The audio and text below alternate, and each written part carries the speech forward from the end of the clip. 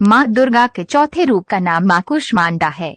माँ कुष्मांडा को अष्टभुजा भी कहा जाता है। माँ कुष्मांडा की पूजा से बुद्धि का विकास होता है और निर्णय लेने की क्षमता बढ़ती है। माँ कुष्मांडा की पूजा से जुड़ी कुछ खास बातें हैं। माँ कुष्मांडा को कुम्हाड़े की बलि बहुत प्रिय है। संस्कृत में कुम्हाड़े को कुष्मांडा कहते हैं। माँ कुष्मांडा को मालपुए का भोग लगाना चाहिए। माँ कुष्मांडा की पूजा में पीले रंग के वस्त्र, पीले फल, पीली मिठाई और पीले फूल अर्पित करने चाहिए। माँ कुष्मांडा की पूजा में पीले रंग का केसर वाला पेठा रखना चाहिए। माँ कुष्मांडा की पूजा में बीज मंत्र हरिदेवाय नमः और पूजा मंत्र कुष्मांडाय नमः का जाप करना चाहिए। माँ कुष्मांडा की पूजा में ध्यान मंत्र वंदे वांछित कामर्थे चंद्रार्घकृत शेखराम सिंहरूढ़ अष्टभुजा कुष्मांडा यशस्विनी का जाप करना चाहिए। माँ कुष्मांडा की पूजा से यश, बल और धन में वृद्धि होती है। माँ कुष्मांडा शेर की सवारी करती हैं और अपनी 8 भुजाओं में दिव्य अस्त्र धारण की हुई हैं। माँ कुष्मांडा ने अपनी 8 भुजाओं में कमंडल, कलश, कमल, सुदर्शन चक्र धारण की हुई हैं। माँ का ये रूप में जीवन शक्ति प्रदान करने वाला माना गया है। माँ कुष्मांडा की पूजा में पीले रंग का केसर वाला पेठा रखना चाहिए और उसी का भोग लगाएं। माँ कुष्मांडा का पसंदीदा रंग नारंगी माना जाता है। माँ कुष्मांडा को कुम्हारायनी के पेठा सबसे प्रिय है, इसलिए इनकी पूजा में पेठे का भोग लगाना चाहिए। आप देवी की पूजा में सफेद समूचे पेठे के फल की बलि चढ़ा सकते हैं। इसके साथ ही देवी को मालपुए और दही हलवे का भी भोग लगाना अच्छा होता है। नवरात्रि में इस दिन भी रोज की भांति सबसे पहले कलश की पूजा कर माता कुष्मांडा को नमन करें। इस दिन पूजा में बैठने के लिए हरे रंग के आसन का प्रयोग करना बेहतर होता है। देवी को लाल वस्त्र, लाल पुष्प, लाल चूड़ी भी अर्पित करना चाहिए।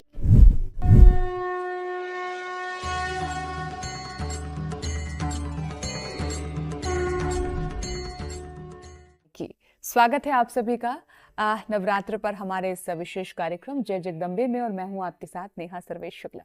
नवरात्र का चौथा दिन माँ कुष्मांडा को समर्पित होता है।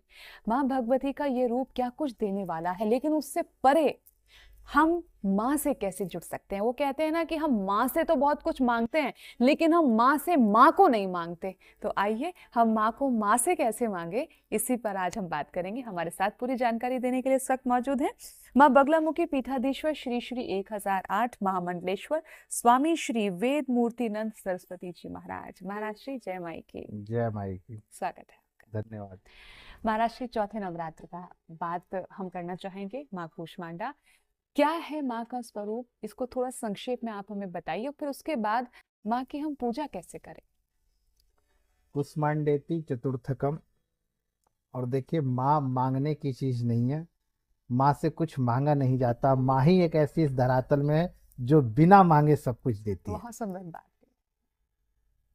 तो माँ के अंदर जो वात्सल्यता है, जो करुणा है, जो प्रेम है, वो संसार में किसी के पास नहीं है। और संसार में अगर हृदय की बात अगर कोई जान सकती है तो वो माँ ही है। इसलिए माँ से हमें कुछ मांगने की आवश्यकता नहीं है। माँ हमें बिना मांगे सारी चीजों को प्रदान कर देती है, चाहे वो सुख हो, चाहे संपदा हो, चाहे यश हो, चाहे कीर्ति हो। वैसी मेरी माँ कुष्मांडा है, जो चतुर्थ दिन हम लोग उनकी उपासना करते हैं, साधना करते हैं और पूजन करते हैं। और ऐसे जातक जो बहुत सारे रोग से पीड़ित होते हैं, बहुत सारी बीमारियां उनको हमेशा घर में लगी रहती है, एक पड़े रहते हैं, फिर दूसरा ठीक नहीं हो पाते हैं, फिर दूसरे बीमार हो जाते हैं, ये घर में बराबर क्लेश बना रहता है, आपसी मतभेद होती है। तो ऐसे जातकों को, ऐसे लोगों को, और विशेष करके जिनका चंद्रमा क्षीण है, जिनका चंद्रमा दूषित है, और विशेष करके जो वाइट कुष्ठ रोग से पीड़ित है, वैसे जातक भी माँ भगवती कुष्मांडा की आराधना करना चाहिए। जो कर्क राशि के जातक है वो विशेष करके कुष्मांडा के दिन माँ भगवती के मंत्रों का जप करना चाहिए। ओम ऐं ह्रीं क्लीं भगवती कुष्मांड देव्यै नमः, इस मंत्र का 108 बार जप करना चाहिए। इससे चंद्रमा मजबूत हो जाता है, क्योंकि कहा गया चंद्रमा मनसो जाता। हमारी जो मनोवृत्ति है, जो हमारी मन को एकाग्र करने वाला है, वो चंद्रमा है। और चंद्रमा की कुप्रभाव के कारण मन अस्थिर रहता है, स्थिर नहीं हो पाता। तो अगर कोई मानसिक रोगी है तो वो भी इस मंत्रों का जप कर सकता है। और माँ भगवती कुष्मांडा का सर्वप्रथम उनके चरणों में ध्यान करिए, हाथ जोड़ करके उनसे प्रार्थना करिए और जो भी मन में कामना हो माँ के चरणों में रखिए और इस अद्भुत मंत्र को श्रवण करके इसका अपनी कामनाओं को रखिए। हरि ओम तव चकाकिलनस्तुतिरम्बिके सकल शब्दमये किलते तनु निखिल मूर्ति सुमे भवदान भयो मनसि जासि बहि प्रसरा सुचा इति विचिन्त शिवे समिता शिवे जगति जातमयात्मवशादिदं स्तुति जपार्चना चिन्तनवर्जिता न खलु काचन कालकलास्ति मे शरणागत दीनार्थ परित्राणाम परायणी सर्वस्याति हरे देवी नारायणे नमोस्तुते। इस मंत्र से आप माँ भगवती का अगर ध्यान करेंगे साक्षात भगवती आपके सामने आकर विराजित हो जाएगी। और माँ भगवती को बड़ा ही प्रिय जो कुष्मांड कहा जाता है, हमारे यहाँ उसकी बलि दी जाती है। और देखेंगे ये जो पेठा होता है ना, वो माँ भगवती कुष्मांड को बहुत प्रिय है। तो इस दिन माँ भगवती को विशेष कुछ ना चढ़ा करके सिर्फ पेठे का मिठाई माँ भगवती को अर्पण करें। और कनेर का पुष्प माँ भगवती को बहुत ही पीला वाला कनेर का पुष्प माँ भगवती को बहुत ज्यादा प्रिय है, क्योंकि हम सूक्ष्म विधि बता रहे हैं जो सब लोग कर सके और उतना ही पुण्य फल की प्राप्ति होती है जितना बृहद आप करते हैं।